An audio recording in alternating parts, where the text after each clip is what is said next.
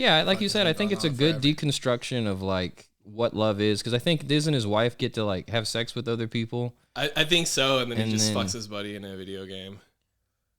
So like, yeah, like you said, you can't be too pretentious about it. When you say it out loud. When you say it out loud, you can't be. You got to look at it for what you can't be too. You're right. You can't be too pretentious about it. But when you say it out loud, So yeah, I don't think we don't have to worry about that. But what I want to talk about today. Is good movies to watch after a breakup. That's what I really want to talk. And this is in honor of our good friend that is going through. We just want to give him some things to do during his breakup so that he stops doing dumb shit. Because that's the thing that guys do after they break up, is they always do like this fucking insane. They have to think of the most insane, batshit crazy thing to do instead of crying, and they have to do it. Like they can't think about it, they just have to do it. So we need to think of every single movie that we can. And I don't know, Jalen, what do you think? What movie would you say is good for a breakup? I was thinking Shrek. That's a good one. That's a great one. That's Yeah, come on. Okay, hell yeah. Thank you. I can drink that. Yeah, that's great. No, Shrek is an amazing answer. Shrek 1 or Shrek 2? Just Shrek? Of course, Shrek 2. Yeah, come on. Thank That's you. the best one. Come on. Fucking thank you. Of course, fucking Shrek 2. Thank you, dude. I feel like I get in that argument on Twitter every other Thursday. It's Shrek 2, right? Shrek 2, for shit, sure. I love Shrek 1 too, though. Don't get me wrong. Of course. Oh my god. Yeah. Best sequel ever made, dude. I need a hero. Oh my god. That's the first thing I think of, dude. Yeah, that emotional climax, pushing boots, bro. Okay. Come on. Yeah, you feel me? That was like the man. introduction and shit. So that's a good one. What do you think, Thomas? You got anyone off mine? Oh man, good breakup. So I think like when you're going through a breakup, there's different stages of emotions. There's a movie called Inside Llewyn Davis with Oscar Isaac. It's got Justin Timberlake in it. It's got guy who plays Kylo Ren. Adam Driver? Yeah, he's in it too. And it's about Oscar Isaac plays a 1960s folk musician in New York. And the whole movie is about how just life shits on him. Like he's like just trying to make it as a musician, and he does all this crazy shit, and like the entire time life is just shitting on him. And at the end of the movie, he doesn't get anywhere, and he's playing at this cafe, and then the last scene is Bob Dylan getting up there to play literally the same style of music he plays, the same exact thing he does, but it's Bob Dylan, so you know he's gonna get famous. Yeah. Yeah. Yeah. And so that would be like a good, just like I fucking like want to wallow in self-pity kind of movie, you know, like That's a good, and I'm glad you mentioned that, because there is different stages. I think that's the first stage that you just described, like whenever you just kind of want to feel bad after a breakup. I would say That's the best thing. yeah, I only have like, I don't know if I have a movie to recommend that would let you feel that,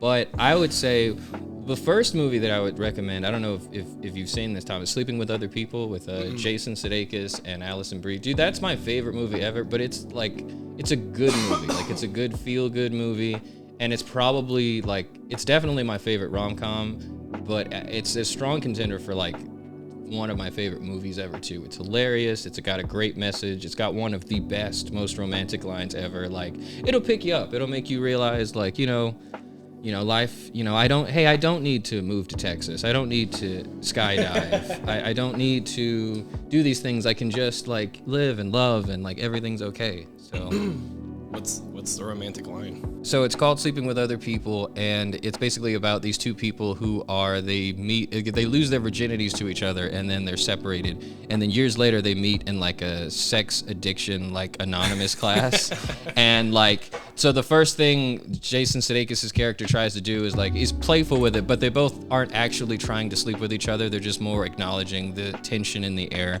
and so it's just throughout the whole movie they're basically trying not to date, and so it builds to like this climax where she has a rough night, and he of course like answers her car, and like he takes her home, and the scene like plays off where he like gently like takes off her shoes, and like they lay down in bed together, and the whole thing, it feels like the climax of like the Will They Won't They, where they get together, and Alison Brie's character says, Jake, and he's like, yeah, Lainey, and he's like, she says, are we in love with each other? And he's like, he's just like nods, and he's like, and she asks, so what are we gonna do about it? And he's like, nothing.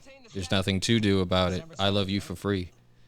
And like, cause like the situations with their lives, she's about to get a job in a different state. Like her life will objectively be better in his eyes if they don't do this. Also, he's scared. He feels like if they date, like everything he touched turns to stone anyway. So he's like, there's nothing to do about it. We're in love with each other, but I love you for free. Doesn't matter what happens or what you do. Like I'm still gonna be here. I still help you. Like I love that line. I love you for free, and I try to like apply that in every relationship. Like not just romantically. Like in my friendships. Like I love you for free is like, it's the highest standard of love to me, and it's like what I try to like give off to the people that I care about. Like I love that line. Hell yeah. Shrek inside Llewyn Davis. I feel like Shrek was kind of weak down there. Shrek is great. Shrek 2, by the way. We specified Shrek 2. I feel like it's like I feel good, but like Nah, that's the best one. I dude. feel like that's in a breakup though, you just need to go ahead and like feel that shit. So you can get past that shit. Like Shrek is like running from that shit. Yeah. You talking about. That's like, okay though. You know what I mean? And another movie, obviously, Eternal Sunshine.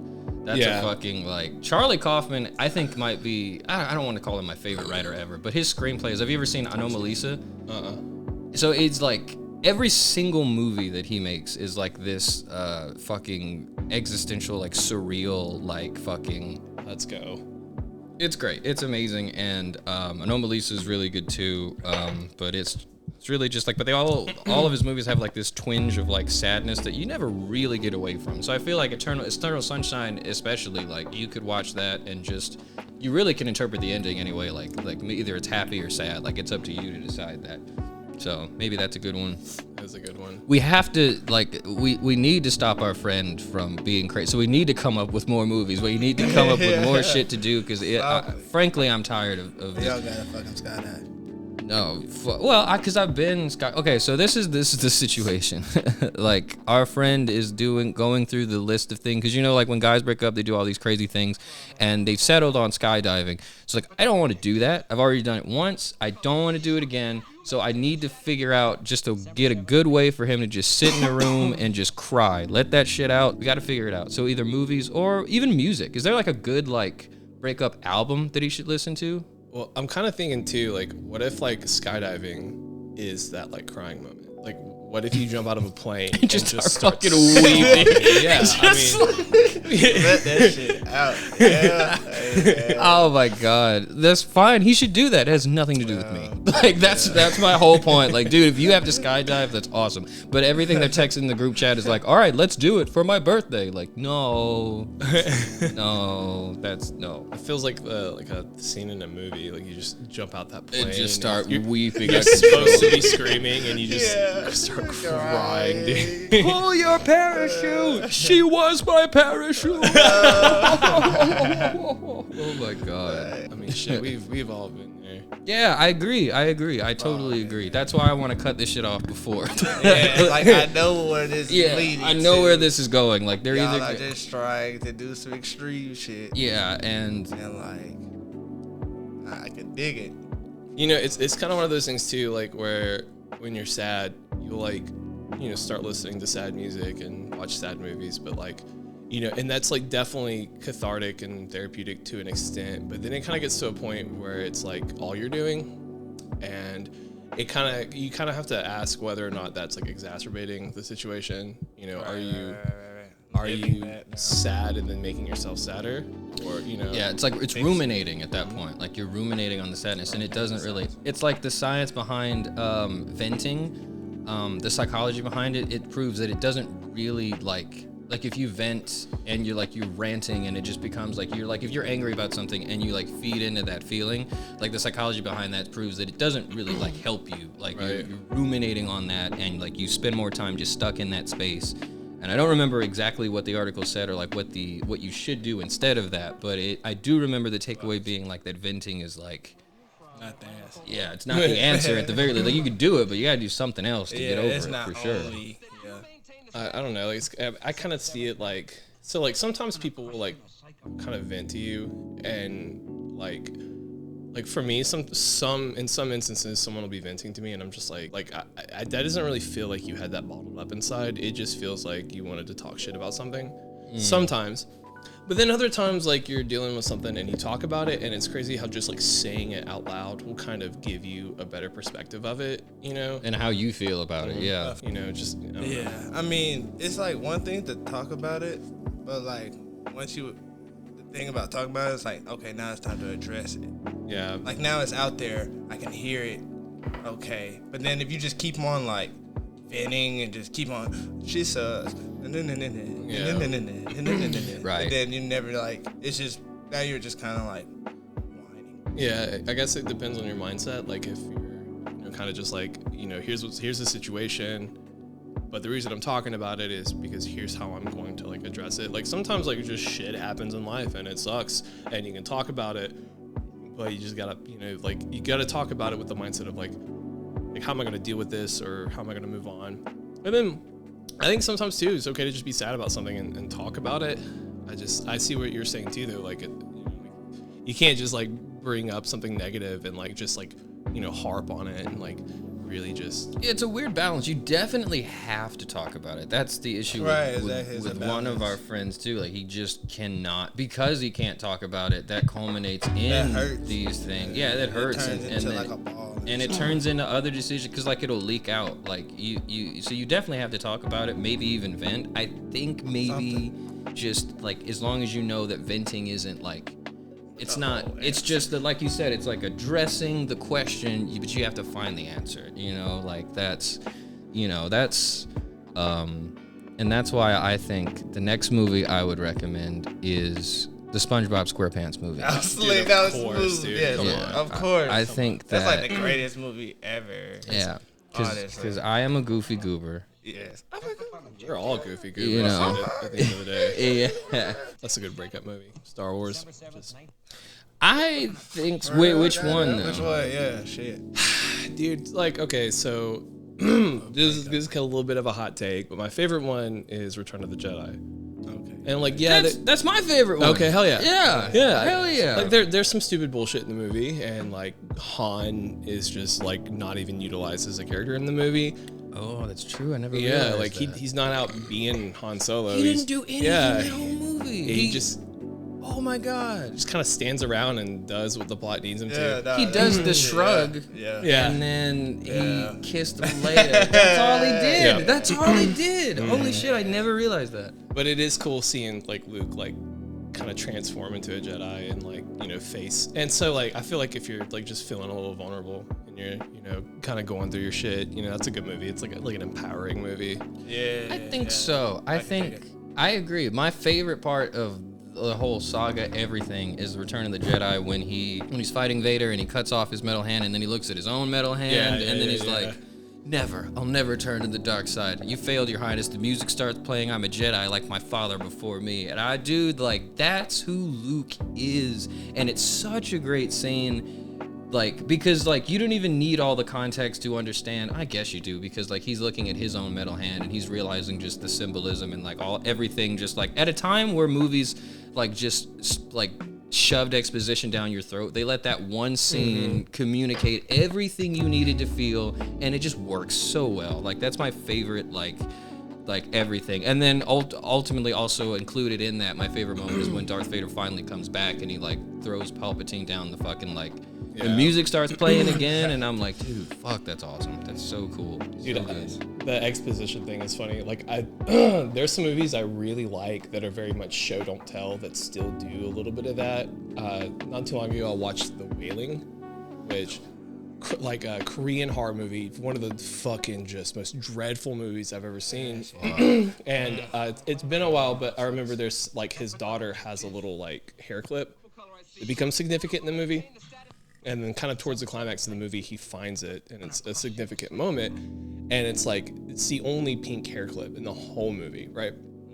And this is my only single problem with this movie. He finds it, and it indicates like she's in trouble. I don't remember, to be honest. But when he finds it, they do an immediate like cut flashback to her putting it in her hair. And it's like, to me, I was just kind of like, this is the only pink hair clip in this movie.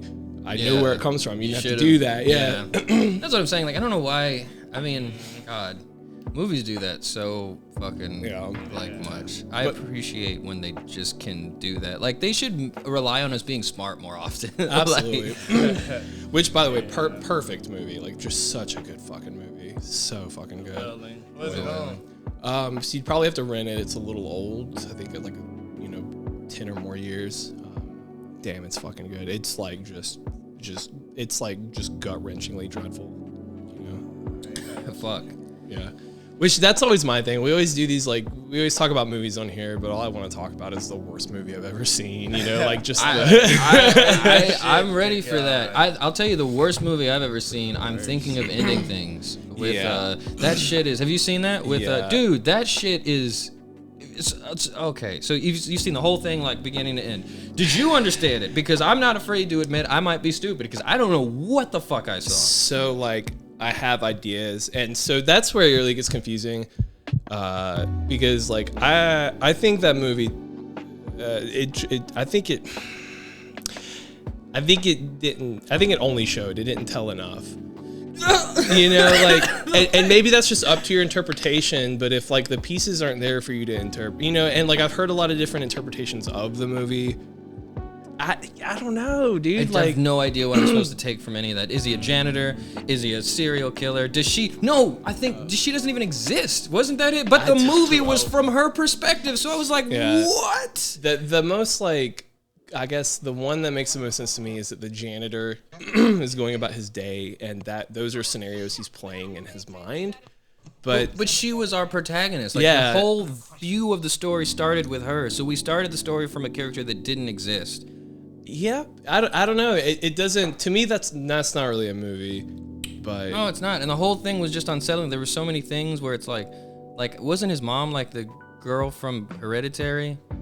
Oh yeah, I think so. Yeah. There's so many moments that genuinely unsettled me, but I never knew what was going on. Exactly. It can't just be you can't just show something weird. It's got to have context. And I like the parts at the beginning where they're driving down the road and she she'll be thinking something and the voice is narrating, and then Meth Damon will be like, "What?" Because he can hear her thoughts. Oh yeah, that did happen. happen. That was weird, but at the same time, the movie. Damon would have been. Wait, no, you didn't know that? So his Hollywood nickname is Meth Damon. Meth Damon. He looks. Is that because of Breaking Bad or because he actually looks like the meth version of Matt Damon? Yeah. Okay. I'm pretty sure that's the same actor, but yeah, that's. It is. Yeah. Okay. Because I saw him in that one. He was in a Black Mirror episode. I think they're the That's same coming people. back. Yeah, hell yeah, it's coming back. Thank God. Yeah. Yeah, thank God. The world's really been getting out of control since Black Mirror hasn't. Yeah, dude, it's insane how you will read a news article and you're like, oh, this is not a Black Mirror episode at all. This is real life. Yeah, they probably had a hard time. They were coming up with things and they were like, I don't know, society's kind of just catching up with us. Yeah, exactly. Yeah. There's not much shit that there are so many things that they've done that could actually be feasible. I forgot which one it was. Black Mirror is bad breakup movie. Do not watch. Yeah, do not watch Black Mirror. I mean, come on. There are so many episodes you should just stay away from of Black Mirror. Like that shit. Wasn't there the one where the dude is he finds out his wife's cheating on him the whole time? Dude. You think he's crazy, and then it's like, oh my god, he was right, dude. Yeah. Oh my god, dude. That's a lot to unpack with that episode. That one was terrible.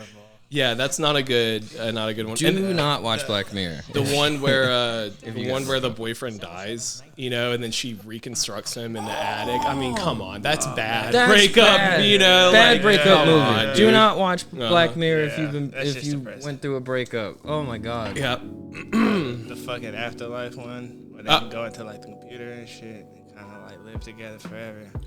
Oh yeah. Oh yeah. About, the one with the lesbian love affair. Dude. Oh yeah, wait, that one was good. That's actually a good episode for a breakup, I think.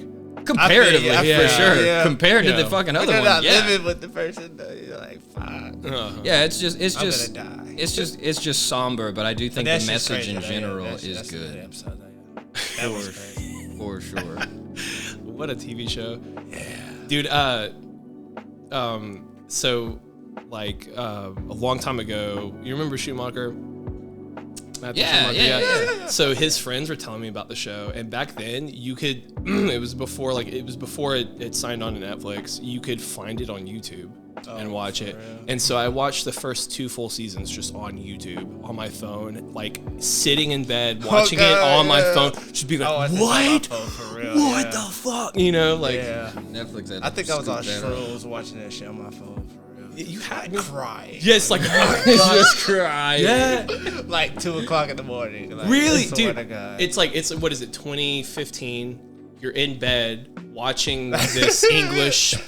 You feel What was he? Parliament guy? Fuck a pig. Oh yeah. Oh, What yeah, the first What episode. a pilot! That's dude. the first episode. Oh my episode. God, Good dude. That shit was Oh. fucking Straight up, I think they toned it down when they signed to Netflix. I think Netflix was like, "You think- guys cannot, You can't Yeah, keep fucking yeah, pigs. fucking yeah, pigs, that cannot yeah. happen." That can't happen I anymore. like where you're going, but All right, how about this? There's a video game where 2 friends fuck each other.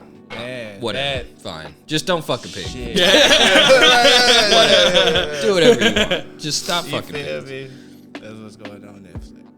You know, and it's like when you're watching the pilot too, man. Like you're watching the thing, and like you know, like even though this is your first episode of the show, you know, you don't know how fucked up things are gonna get. Yeah. But like you do know that the story has to progress, and you know it can't be a happy ending. So like you know obviously he's gonna fuck a pig, but like you can't conceptualize that until you just see the fucking pig there, and you're like, oh my, like this is happening, Yeah. dude. Oh Oh my my god. god.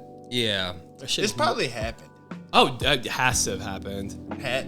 It's horrible, but Yeah, I was about to say that's awful, but if you're listening to this and you fuck pigs, please stop. stop it. And like if there's a reason you're like if someone's blackmailing you to fuck a pig, just don't fuck the pig, dude. contact the authorities. Yeah, I call don't the know. police. Yeah, Just like- don't fuck the pig.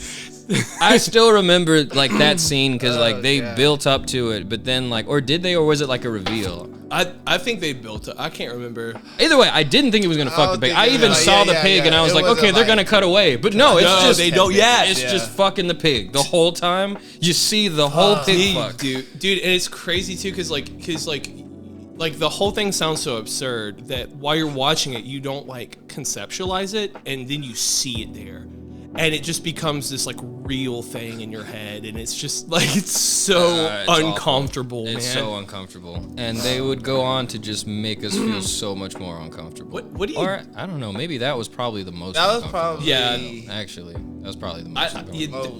There's a as lot of far good as episodes. vile. Yeah, really. What do you do if you're an actor and like that's like your work history? Like I fucked the guy that pig on fucked Black the Mirror, pig. you know.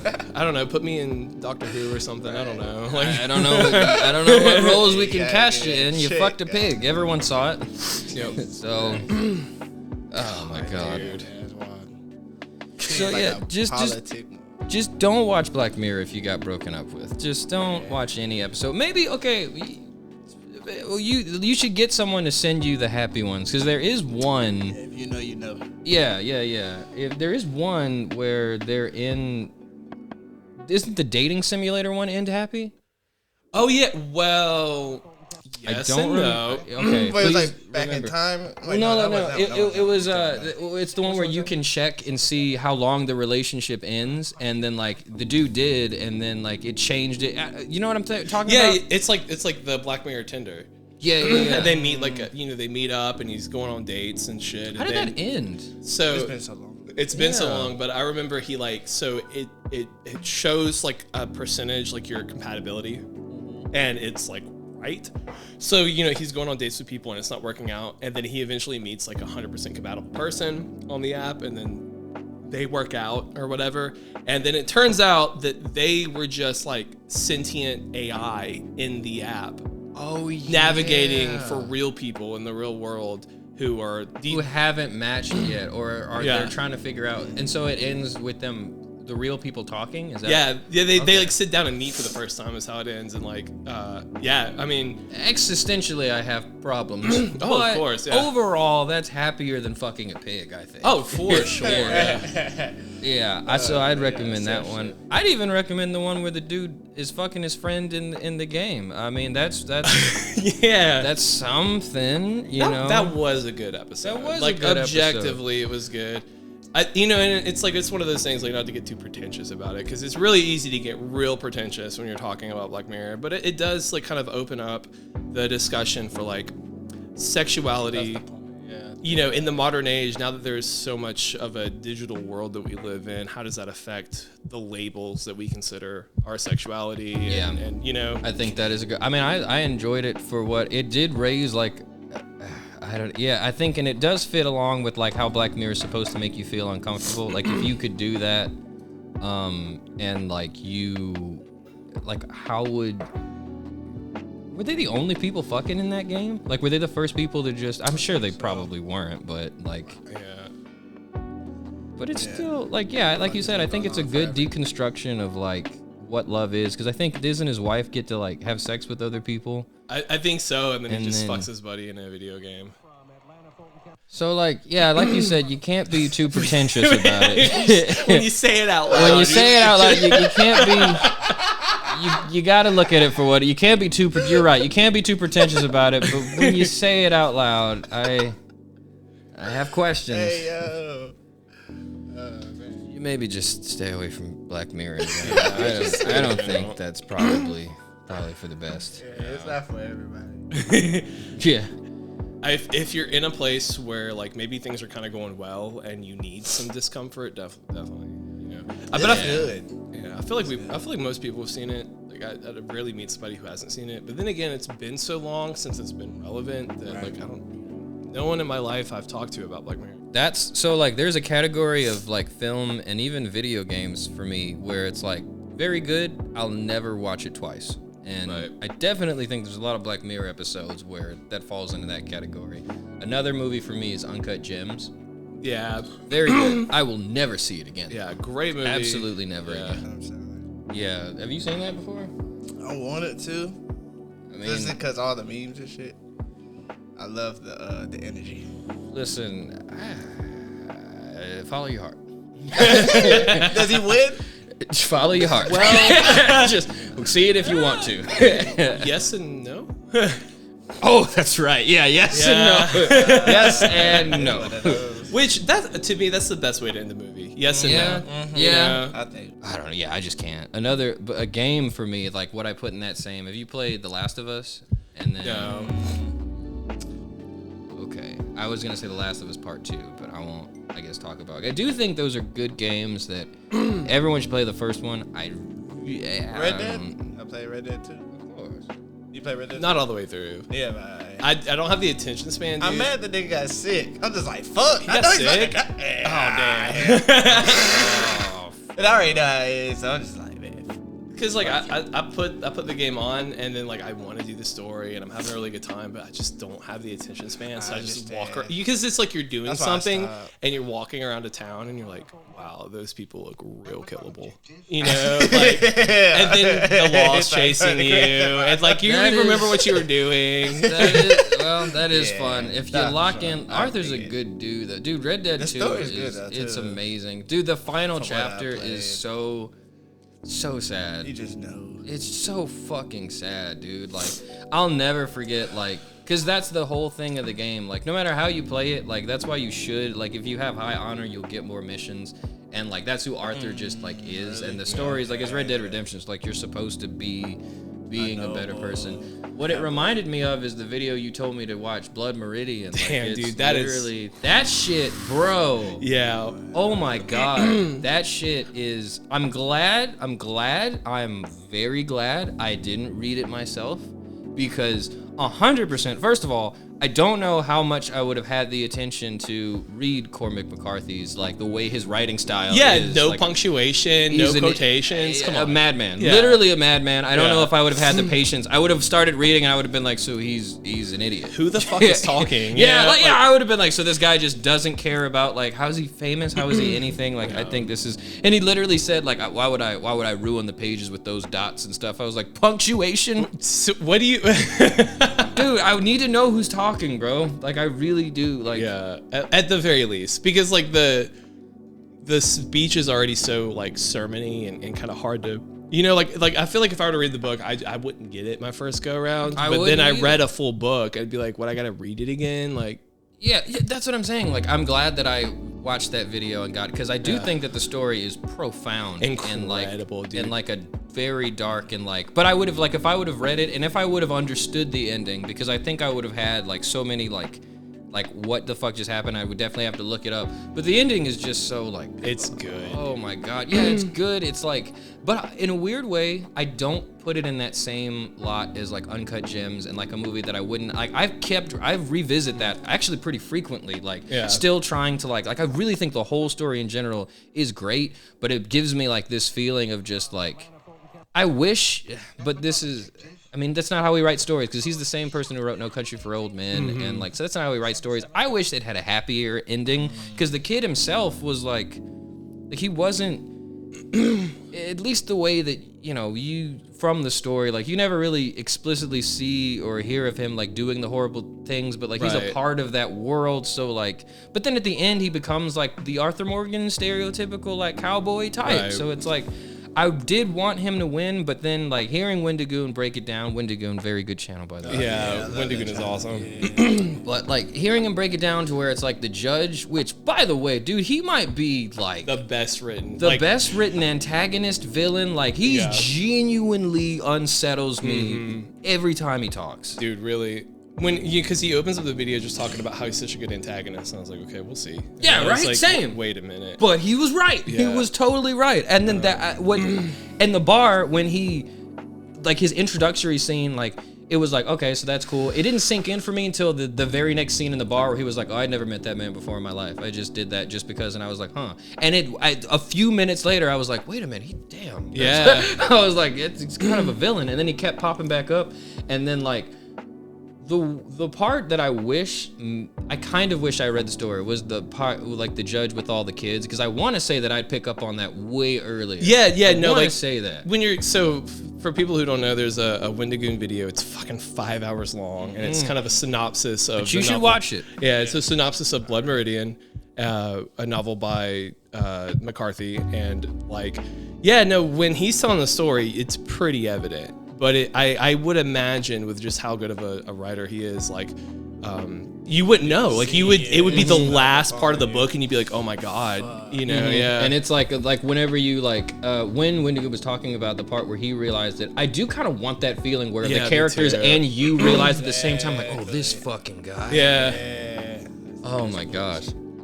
Yeah, definitely check that out. What's the book called again? Blood Meridian. Dude, my favorite part of that, which again, we're over here. We were supposed to be talking about movies that you watched during a breakup, and we're talking about a synopsis of a book that we didn't. Don't watch this. Don't read this after a breakup. Don't watch the Wendigoon video after a breakup. Don't even just like, this is a different podcast now. So it's just like, oh my god. But I love that part where they're in the ancient ruins.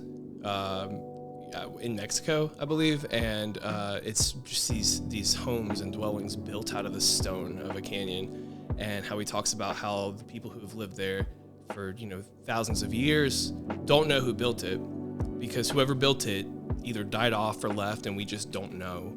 And it's there's so much context to that, I can't even like do it. That he talks about, I'm not even going to get into it, because you have to talk about the harness merchant and how the harvester, and how they're like, whatever. No, I completely understand. Like, it's a lot to unpack. I'll tell you my favorite part, which I can hopefully do without because you definitely need like a lot of context for this book, which is why the video is like 5 hours long. But like, my favorite part is like, or not my favorite part, the part that I frequently like come back to is still like the judge talking about war and like how he like interprets, because it's like, dude, like that guy's just unsettling. Like, I love sorry, I didn't mean to kind of change the topic. I love the ending where it's like the judge's head shone like the moon. He grabbed the fiddle, he swung around, he said, I will never sleep, I will live die forever. I'll live forever. I was like, and he repeats it. Yeah. Well, so like, what do you do like when you go through a breakup and you're kind of at rock bottom, and when you're going through that, I feel like you feel like the world is not necessarily your oyster, but there's all of these things in your life that you can kind of change now, that because you were so I don't want to say complacent. Like when you're in a committed relationship for a long time, there are things that become like a part of your life. And then when you get into a breakup, it's kind of like someone rips the rug out from up under you. And now you have no stability. So it's like everything that you had settled into, you can kind of uproot that. So on one hand, you're just so sad. And on the other hand, you're just like, well, now I have to change everything. All right. It's like a dramatic. I often talk about that in the way that I've always been fascinated with it. I've always, in a way that's always like kind of like scared me, is like when you're with somebody like that and you're like intertwined with them, in a way they're part of your identity. Yeah. So it's like you have to, like, when it ends, there's a genuine part of you that feels like you have to like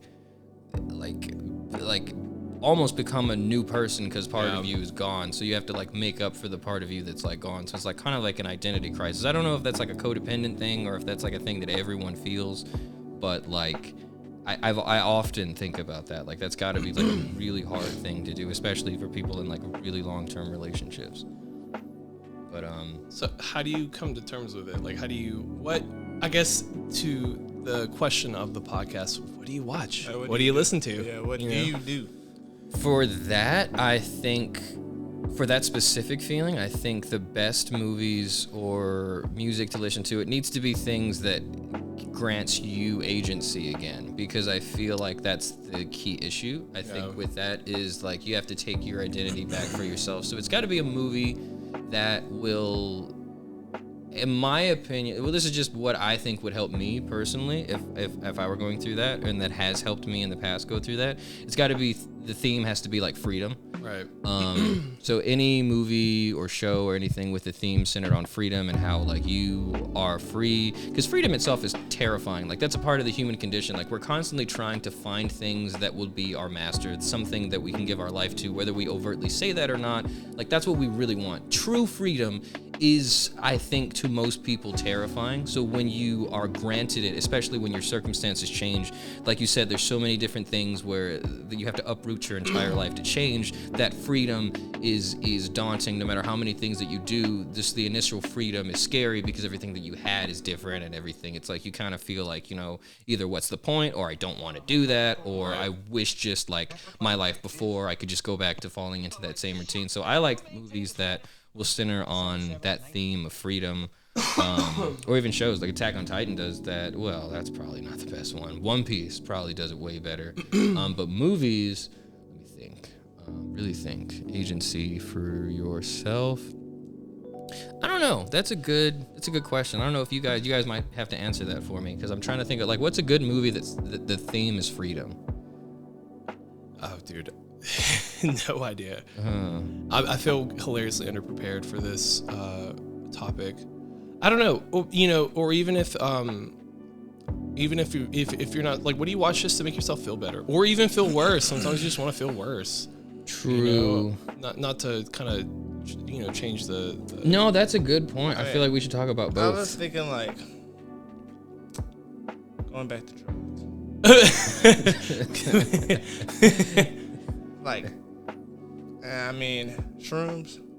And the reason why I would say shrooms, because I feel like it will make you face the issue at hand. Like, you really can't run from it. You know what I mean? Whether it's like a bad trip or a good trip, it's just horrible. Sometimes you just gotta fucking, hey, hey, I don't know what's gonna be the outcome.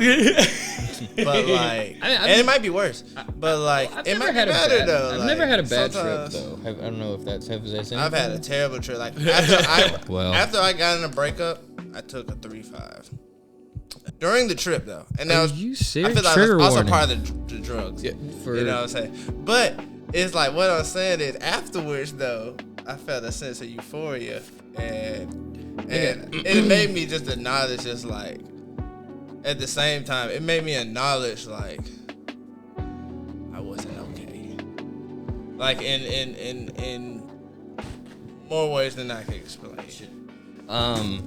That, you know what I mean? I feel like you definitely. I was about to go into a talk about how I think that shrooms are amazing and everyone should do them. You ruined that. I'm sorry. Just flat out. No, like, I mean, no one's but gonna do that's it the now. thing though. Like, I don't want to advise. Just be like, at the same time, it can be something that could be like it opens new pathways in your brain. Like it's helped me we get locked into like so many like patterns like in life, especially just in our brain. Like we get locked into these patterns that we literally can't think of like how to make our lives better, and it's because we can't think of the perspective to change, and shrooms will literally just like shine a light on something, and sometimes it's genuinely what like people need. I'm aware like not everybody has the same. I've never had a bad trip, so like I don't have any, but a lot of people, I guess it's possible to have it even on a 3.5 clearly. Hell yeah. That's extreme. That shit was, I've tripped multiple times. That was right after a breakup. Don't do it, I was feeling shitty. I was just like, it's just shrooms. That shit took me up through there. I feel like too, with me personally, like, I feel like I don't particularly need shrooms to be like, to kind of have the realization that I'm not okay. Generally, I could just be like, oh, dude, I'm not okay. Right. And I feel like that's kind of a thing. Like, it's really hard for men specifically to just kind of like sit down and evaluate their emotional state. And I don't mean that in like a meninism, men have it so tough kind of way. I mean that in like a lot of people use the fact that there are a lot of societal expectations on men as a way to kind of negate feminism, and that's not right, because most of those expectations are put in place by the patriarchy. Right. So that out of the way, what I'm saying is that like sometimes it's really hard to just sit down with yourself and be like, wow, I'm not okay and I'm feeling things. And if doing shrooms is what you have to do to acknowledge that, then that's what you got to do. For me, I don't think that's the case. Not that like I'm, like emotionally, superior to everybody and whatever. But like, if that's what you got to do it. But for me, like I, generally like, when I be feeling bad, I'm just like, damn, I be feeling bad. I feel that.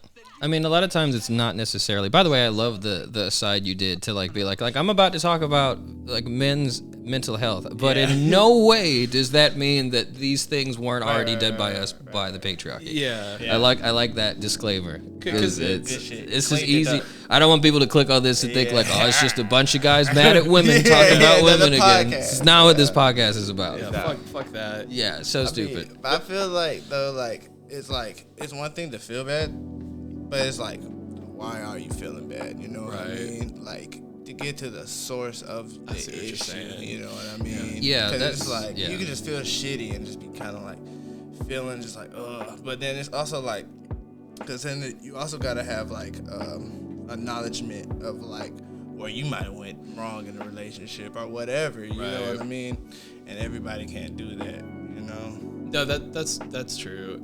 I mean, yeah, it's less, at least for me, it's never been like, this is why I'm not okay that shrooms do. Shrooms will always, though, be like, this is something that I never thought of. Like, it's new perspectives to view the world, and it's just for me, but like, which is something that I truly think, like, if they could find a way to do that and make it surefire, just not scary for people. But the problem with like adopting a new perspective is like, the perspective you might need to hear is like, maybe the thing that you want the most isn't really what you want. That's good. And that's terrifying. Like when you really like you're working towards something and that's been like a core theme to your identity, and then you have this realization that it's not what you want. Your first thing is it's going to be denial. Like it's going to be like, obviously this is just like, like that's not.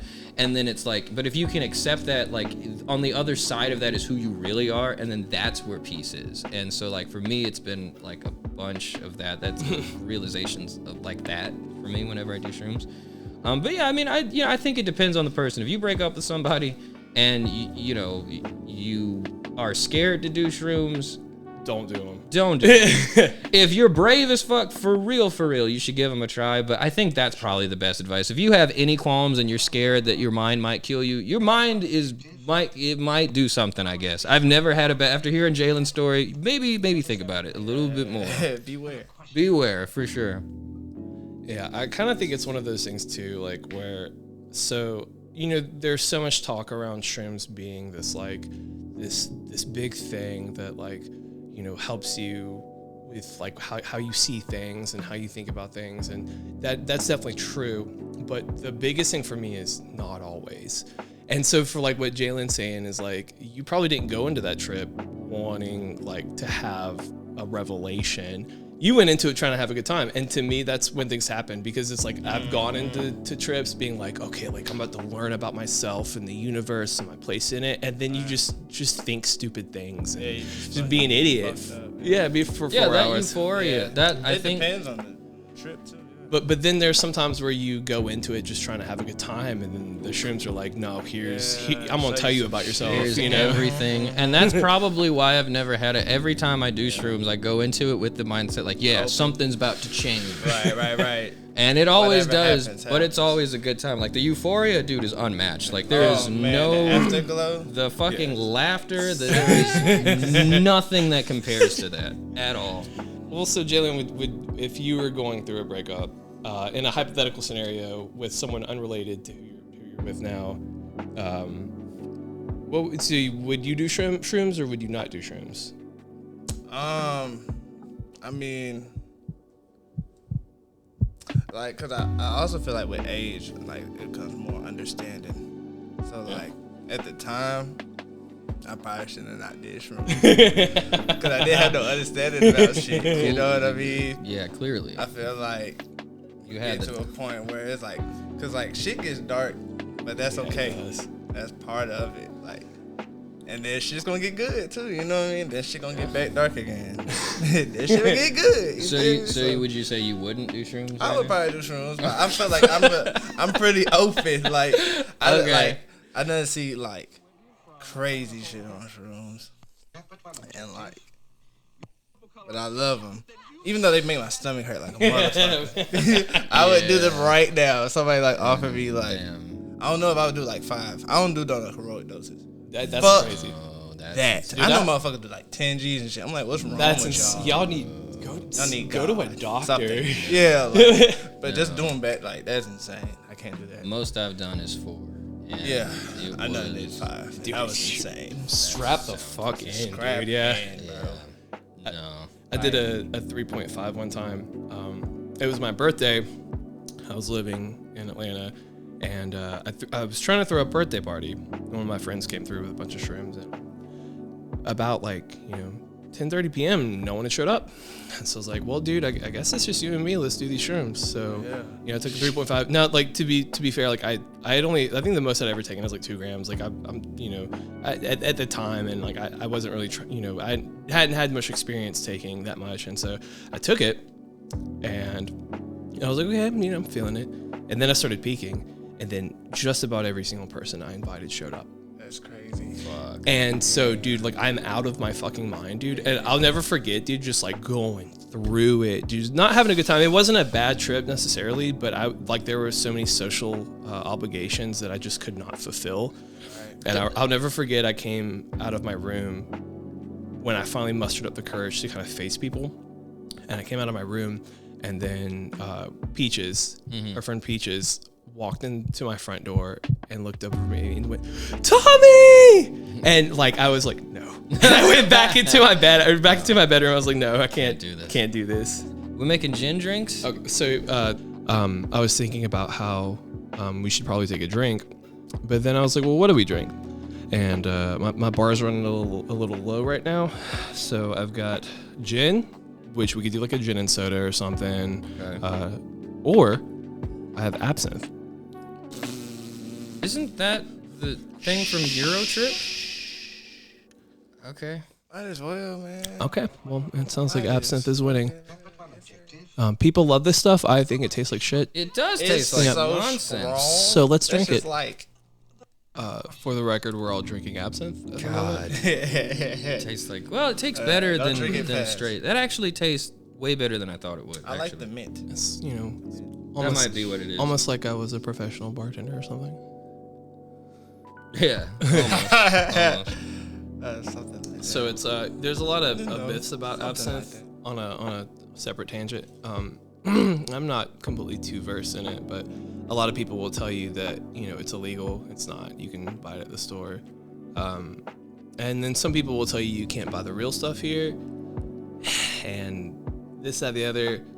And I don't think any of that's true. Right now we're drinking Pernod, and the way they make this stuff is they take wormwood bark and a few other things, like anise and a few other things, and they macerate it and then ferment it, and then the yeast eats the sugars and carbohydrates and spits out alcohol, and then they distill it because alcohol has a lower boiling point. It just turns into vapor and then turns into pure alcohol, and they dilute it, bottle it, and send it out. And that's what we're drinking. This is the real stuff. People will tell you that you can't find absinthe in the U.S. that has the real ingredients in it, but this is the real stuff. It's not going to make you hallucinate, because I heard a thing about how absinthe made you hallucinate back in the old days because people used to make it in lead tubs.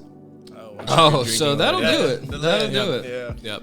Cooking with lead-based tub. Hey, really wanted to hallucinate. But don't.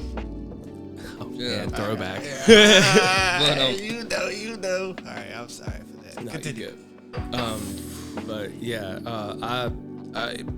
absinthe doesn't make you hallucinate, but at the same time, every time I drink it, things get weird. So I can bottoms already up. feel it in my liver. Fuck. I only took like fucking 3 sips. Yeah, Shit hurts. I swear to God, I'm not going skydiving. Don't do it, dude. Fucking ridiculous. They want to do it though. Hey, everybody heals in their own way. And I feel fine. I don't gotta. I did it once. It was an amazing experience, but I am in no way compelled to do that again. In no way. I get that too. It's just crazy. They're still in this group chat talking about fucking jumping out of this goddamn plane. Oh, they're gonna do it. That's Once fine. Your mind's made, your mind's That's made. fine. How'd you get over your last relationship?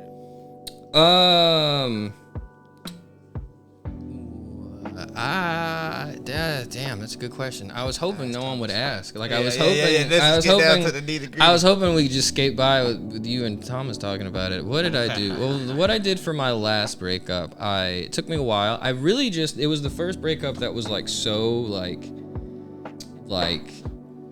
felt that I truly was like, I don't think I'm ready to date again. Like, it was the first one to like make me like really like say, because you say that and like you fall into different things. This is the time where I was like, all right, I'm serious. Like, I need some time. So I really just took some time, got to know myself, focused on me.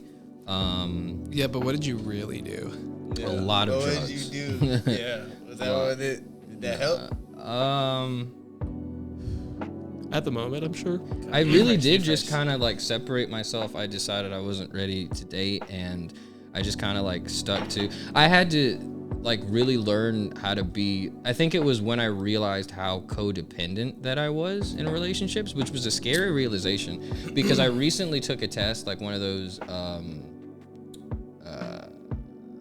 tests. Like, it's like a codependency test, but it's like an actual like you fill out, it's like 40 questions or some shit.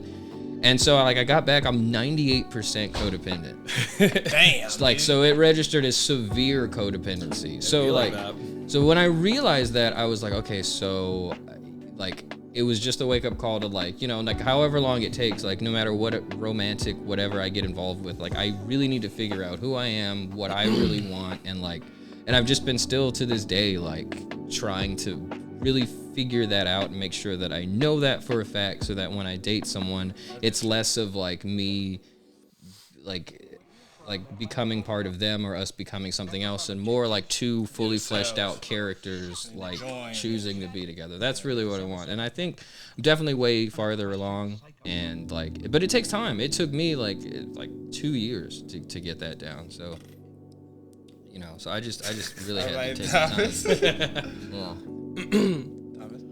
Yeah. So after my last relationship ended, it was a very complicated relationship, to put that, I guess, as an understatement. And so for me, I had never ended a relationship before. And so there's a big difference when you get broken up with versus how like you feel when you break up with someone, and they very much affect the way that you feel and process it afterwards. And so I ended that relationship, and for me, I was really sad. And like I said earlier, like, it felt like someone had pulled the rug out from up under me. And then, it's kind of funny because I did exactly, what our friends are doing, and kind of just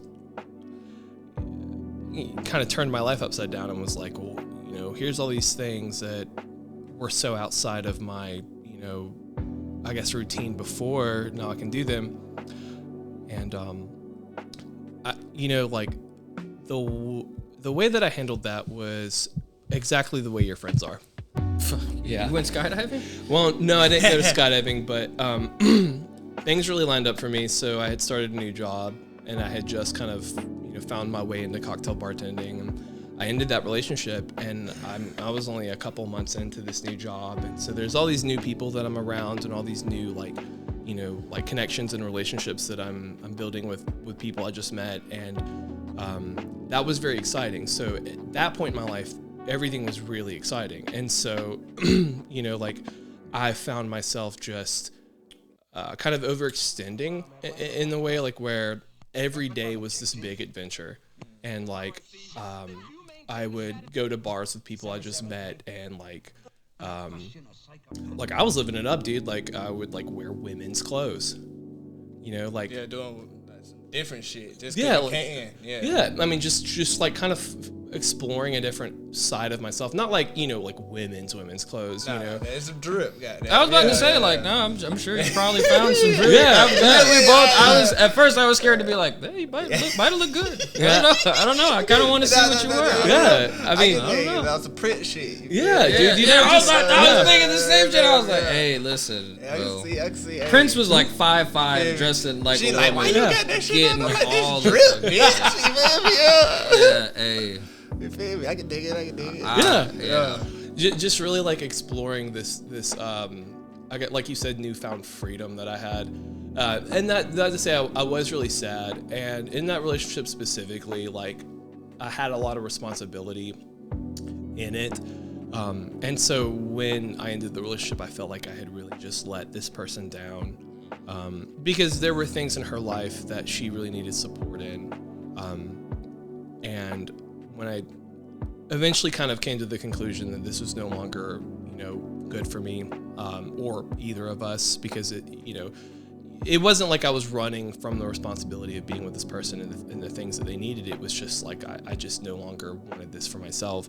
But when that happened, I did kind of think dang, I let this person down, and I feel like I ran from this, but I really didn't. The things that, she needed support with were things that I was just not equipped to deal with, things that you really need someone with more of a professional capacity to deal with. And that sounds really bad, but it's it's not like that. No, it's true. I know exactly what you're saying. Yeah. No, I think Preach! That's just the truth. It's like you want to be strong for somebody, but right. if you're not trained to actually, or compatibility even, yeah. but it's also just it's you like have your to be. heart can be there though. I want to help you all day, and it definitely but was it's just a lot. And it was just kind of one of those things where I felt like me being their only support system was more of a hindrance.